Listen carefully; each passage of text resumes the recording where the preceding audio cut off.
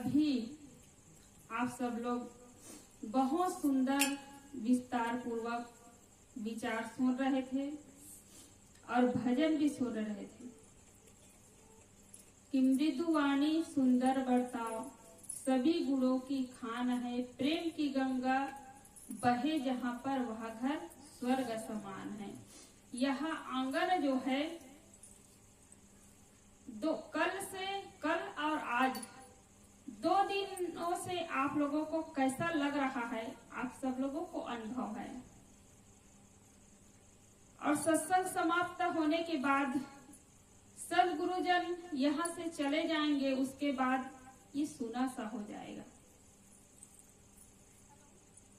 तो जहाँ पर अच्छा विचार, अच्छे विचारों की चर्चा हो, ज्ञान की चर्चा हो, चाहे वो आंगन हो, चाहे आंगन में सत्संग ना हो करके कहीं गली चौराहे पर भी सत्संग होता, तो वहां का भी माहौल यहाँ जैसे होता।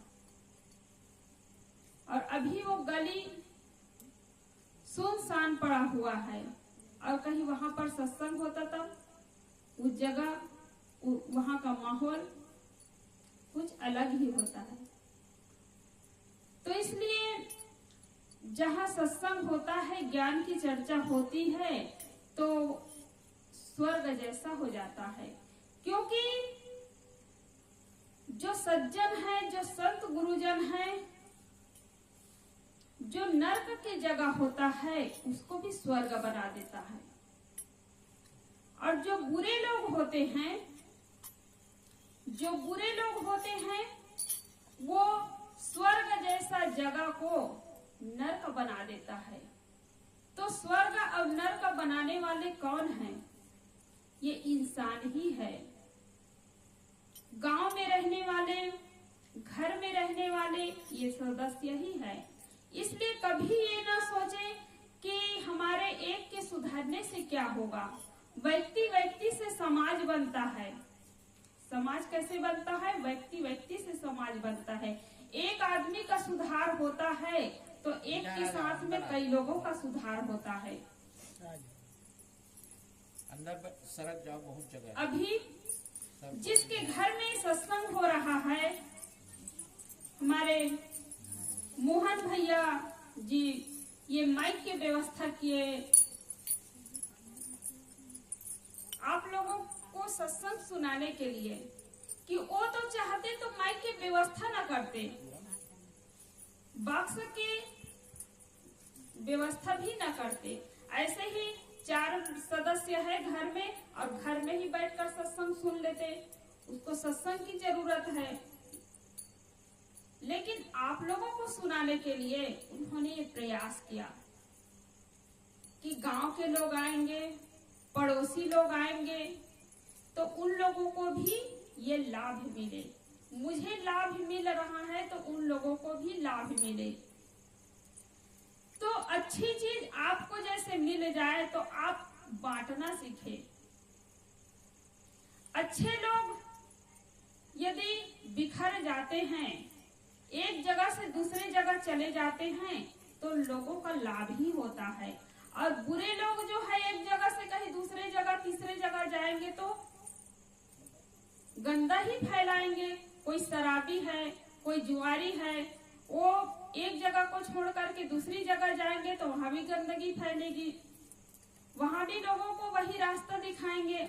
और अच्छे लोग कहीं पर भी जाते हैं, गुरुजन जिस गांव में जाते हैं, संत जन जिस गांव में जाते हैं, तो ज्ञान देते हैं, जीवन सुधार की बातें बताते हैं, जिसको सुन करके हमारा कल्याण हो सकता है। गुरुजन तो सबको ज्ञान देते हैं, सबको सही रास्ता दिखलाते हैं, बताते हैं, लेकिन जो उसके रास्ते पर चलते हैं उसका कल्याण होता है। तो आपको जब ज्ञान मिल रहा है, सत्संग आप सुन रहे हैं, तो आप सुने, और जो सत्संग में नहीं आए हैं उनको भी आप बताइए, ताकि उनका भी मन सत्संग की ओर खींचे चले आए। लोग फिल्म देख करके जाते हैं और घर में जाते हैं, दोस्तों के साथ बात करते हैं तो बड़ी प्रशंसा करते हैं और प्रशंसा सुन करके उनका मन वहां दौड़ता है कि कब मैं पहुंचूं और कब मैं उसको देखूं। कहीं तीर्थ यात्रा करने के लिए जाता है तो वहां देख करके आता है, घूम करके आता है तो प्रशंसा करता है और प्रशंसा सुन करके लोगों का मन होता है। ऐसे ही जो अच्छी चीज है, ज्ञान की बातें हैं, उसको आप सुने और अच्छे ढंग से सुने और दूसरों को भी आप बताएं तो उनका भी मन हो कि हम सत्संग में जाएंगे तो हमारा भी कल्याण होगा, हमारा भी जीवन सुधार होगा। तो अच्छे लोग जब बिखरते हैं तब अच्छी चर्चा होगी, सही रास्ता मिलेगा और बुरे लोग बिखरते हैं तब बुराई ही फैलती है। एक बार गुरु नानक साहब कहीं जा रहे थे, दूसरे गांव जा रहे थे, तो उनके साथ में उनके शिष्य भी गए, साथ साथ चल रहे थे। तो बुरे लोग मिले, सबसे पहले तो बुरे लोग मिले। तब गुरु नानक साहब ने कहा कि तुम लोग बसे रहो। क्या कहा? तुम लोग बसे रहो। फिर दूसरी गांव आगे बढ़ते हैं, पहुंचते हैं तो अच्छे लोग मिल गए, सज्जन लोग मिले, श्रद्धालु भक्तजन मिले। तब क्या कहते हैं कि तुम लोग बिखर जाओ।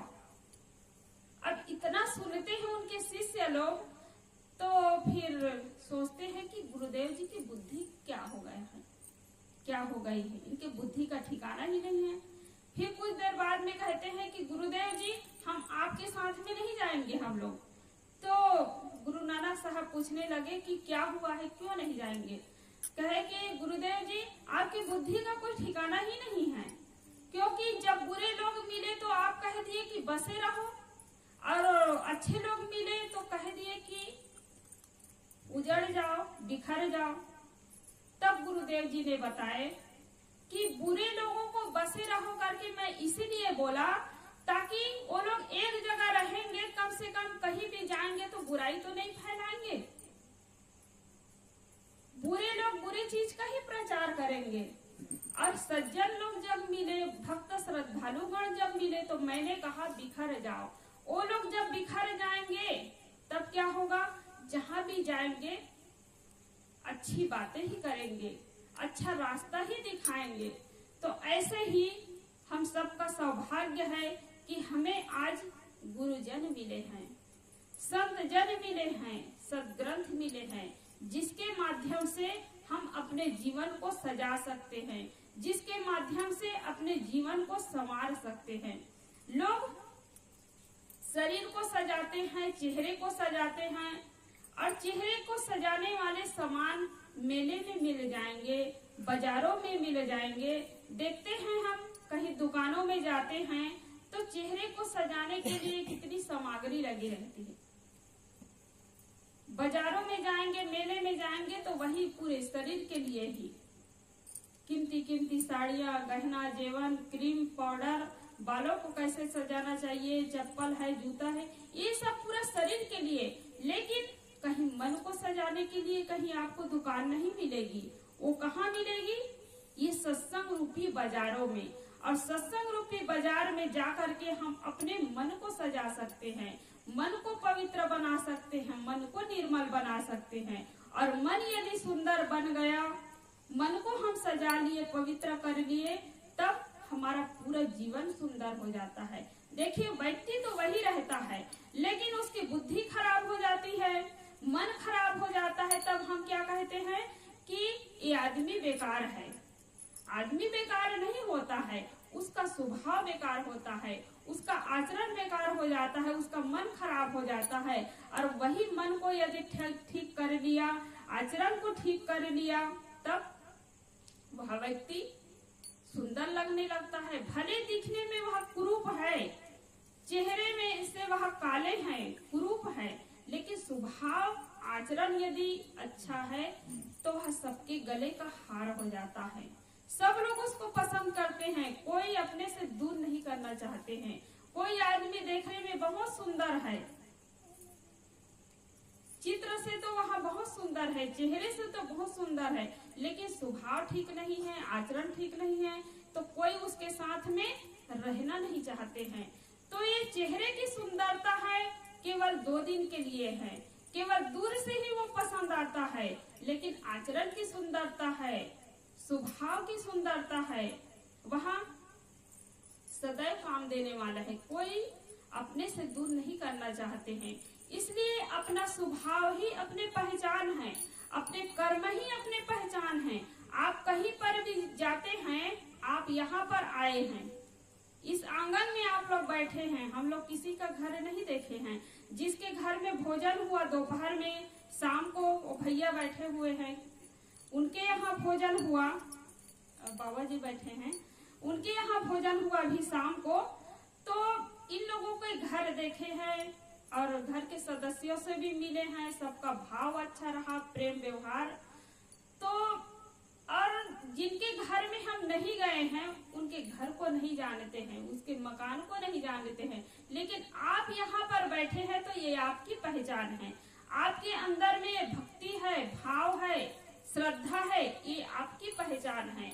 आपके मन में सत्संग सुनने की इच्छा हुई, ज्ञान की चर्चा सुनने की इच्छा हुई, तब आप लोग यहाँ सत्संग में आए हैं, इस आंगन में पधारे हैं और सत्संग से लाभ ले रहे हैं। तो सत्संग हर व्यक्ति के लिए जरूरी है। सत्संग में आने से कोई साधु ही नहीं बन जाएंगे कि सत्संग में जाएंगे तो हमें तो साधना करना ही नहीं है, साधु बनना ही नहीं है, तो सत्संग में हम क्यों जाएं? सत्संग में आने से जीवन जीने की कला सीखने को मिलती है। लोगों के पास कोई चीज की कमी नहीं है, न गाड़ी की कमी है, न मकान की कमी है, न धन संपत्ति रुपये पैसे, कोई चीज की कमी नहीं है। फिर भी आज लोग मन से परेशान हैं, टेंशन में जीवन जी रहे हैं, दुखी जीवन जी रहे हैं। किसी के पास खाने के लिए रोटी ना हो, पहनने के लिए कपड़े ना हो, रहने के लिए छाया ना हो, तो वह इंसान दुखी है तो समझ में आता है। लेकिन सब कुछ होते हुए भी दुखी है, तो क्यों दुखी है? क्योंकि मन ठीक नहीं है, उसके अंदर सद्बुद्धि नहीं है। और सद्बुद्धि कहाँ मिलती है? ये सत्संग में सद्बुद्धि मिलती है। सद्बुद्धि यदि आपके पास है तो आप एक टूटी हुई झोपड़ी में रहकर भी सुखी जीवन जी सकते हैं, आनंद पूर्वक जी सकते हैं। यदि बुद्धि ठीक नहीं है, सद्बुद्धि नहीं है, तब 4 मंजिल के मकान भी आपको काटने के लिए दौड़ेगा। रावण के पास धन की कमी नहीं थी, दुर्योधन के पास धन की कमी नहीं थी, कंस के पास धन की कमी नहीं थी। कमी थी तो सद्बुद्धि की, और सद्बुद्धि की कमी के कारण ही उसका विनाश हुआ। लड़ाई झगड़े में उसका जीवन बीता, लूट खसोट में उसका जीवन बीता। तो धन संपत्ति से सुख मिलने वाला नहीं है, ये सुविधा के लिए है, लेकिन केवल शरीर के लिए हम सोचते हैं, मन को अच्छा बनाने के लिए नहीं सोचते हैं। तो हम सबका सौभाग्य है कि सत्संग हमें मिला है। जो सत्संग से नहीं जुड़े हैं वो अभी भोजन करके निकले होंगे, कहीं शराब के दुकान में होंगे, कहीं जुआ खेल रहे होंगे, कहीं बीड़ी के दुकान में होंगे, कहीं रोड के किनारे जा करके बैठे होंगे, गपबाजी करते होंगे, भोजन करके घर से बाहर निकलते हैं। आप लोग जल्दी से जल्दी भोजन करके यहाँ सत्संग सुनने के लिए आए हैं, तो आप सबका सौभाग्य है। तो सत्संग से हमारा जीवन संवरता है, सुंदर बनता है, और शरीर के भीतर जो बैठा हुआ है यह चेतन आत्मा है, उसकी जानकारी होती है। लोग जिसके माध्यम से खा रहे, जिसके माध्यम से चल रहे, जिसके माध्यम से बोल रहे हैं, उसका ज्ञान नहीं करते हैं, उसकी जानकारी नहीं होती है। और क्या कहते हैं कि भगवान ऊपर में है, भगवान आकाश में है। जो शरीर के भीतर बैठा हुआ है चेतन आत्मा, उसका ज्ञान नहीं है। तो गुरुजन जो है वो आपके भीतर में बैठा हुआ चेतन आत्मा है, उसको बताते हैं। सदगुरु कबीर साहब का जितना भी ज्ञान है शरीर के बाहर का ज्ञान नहीं है। चेतन आत्मा भीतर में बैठा हुआ है। ये शरीर है, 5 ज्ञान इंद्री है, 5 कर्म इंद्री है। तो इसको सदगुरु कबीर साहब बताते हैं। बाहर के ज्ञान देने वाले तो बहुत मिल जाते हैं, लोग भटकाने वाले मिल जाते हैं, लेकिन भीतर के ज्ञान देने वाले अपने जीवन को सुंदर बनाने के लिए बात बताते हैं तो ये गुरुजन, ये सदगुरु ही बताते हैं। हम देखते हैं कि कहीं बिहार में चले जाए, गुजरात में चले जाए, देश के कोने कोने में आप पहुंच जाए, लेकिन वहां जाएंगे तो सत्संगी लोग मिलते हैं। देखकर आश्चर्य लगता है कि लोग सदगुरु कबीर साहब को कैसे जानते होंगे। सदगुरु कबीर साहब कितना मेहनत किए। उस समय गाड़ी मोटर की सुविधा नहीं थी, ये ट्रेन की सुविधा नहीं थी, न कोई चीज की सुविधा नहीं थी, केवल पैदल चलते थे और पैदल घूम घूम करके जब तक जिए सदगुरु कबीर साहब, जब तक इस दुनिया में रहे तो ज्ञान का प्रकाश ही फैलाए हैं। जैसी जैसी परिस्थितियां देखी, सदगुरु कबीर साहब के जमाने में चमत्कार का बहुत बोलबाला था। तो उस समय जैसी जैसी स्थिति देख करके सदगुरु कबीर साहब अपना ज्ञान प्रकाश फैलाया है। तो अभी देखिए, झिकादहा गांव में पहली बार आए हैं, लेकिन इस रास्ते से कई बार गुजरना होता है। साल भर 2 साल में गुजरना होता ही था, लेकिन झिकादहा गांव में पहली बार आना हुआ है। तो समय परिस्थिति जो होती है, कई बार तो जाना होता है, उसी गांव में कई बार चले जाओ, होता है कई बार उसी गांव में चले जाओ, फिर भी पता नहीं होता है। लेकिन जब सत्संग कार्यक्रम होता है, अभी हम लोग आए हैं, सत्संग कार्यक्रम हो रहा है, तो आप सबसे मुलाकातें हुई और मुलाकात हुई तो ये पहचान हुई और लग रहा कि इतने सत्संगी है, इतना अच्छा गांव है, लेकिन कई बार इस रास्ते से गुजरना होता था तो पता ही नहीं चलता था। तो ऐसे ही हर गांव में सज्जन इंसान मिलते हैं। जाकर देखते हैं कि कोई ऐसा गांव नहीं होगा जहां पर कोई ऐसे सत्संगी ना हो। सत्संग का मतलब ये नहीं कि कोई सफेद कपड़ा, साधु कोई सफेद कपड़ा पहन लिए या भगत कोई सफेद कपड़ा पहन लिए तो वही सत्संगी है, ऐसा नहीं है। जो सज्जन इंसान होते हैं, जो समाज के कल्याण के लिए बात करते हैं, परिवार के सुधार के लिए बात करते हैं, चर्चा करते हैं, तो वो सत्संगी है। तो हर गांव में सज्जन इंसान मिलते हैं। ऐसे ही हर इंसान के अंदर में अच्छाई है, हर इंसान के अंदर में बुराई है। तो बुराई का हमें त्याग करना है। बुराई अपने अंदर है, फिर भी अपना नहीं होता है, उसका त्याग करेंगे तभी सुख शांति से जी सकते हैं।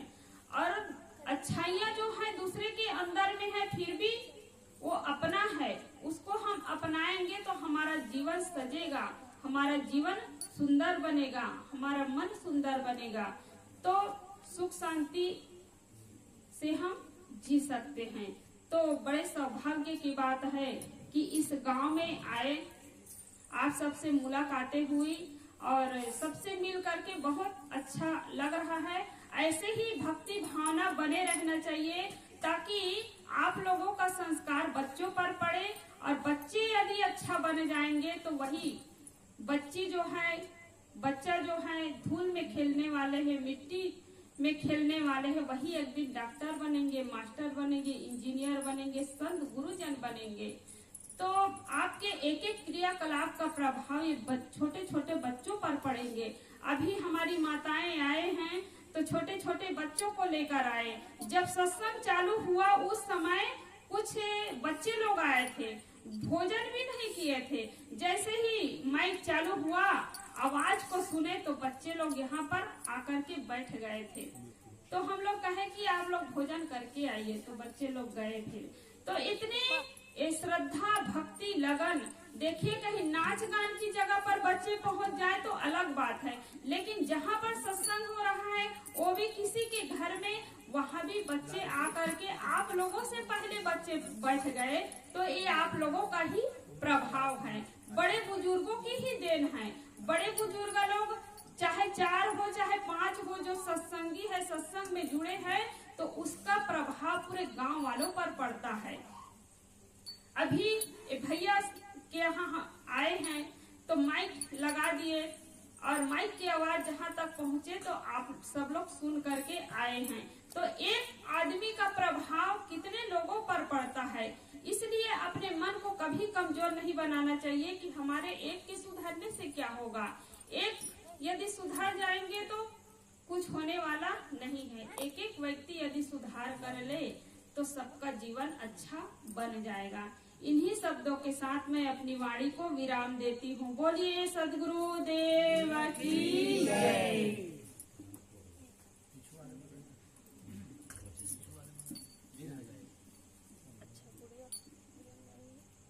मोहन बाबू के जो गुड़िया हैं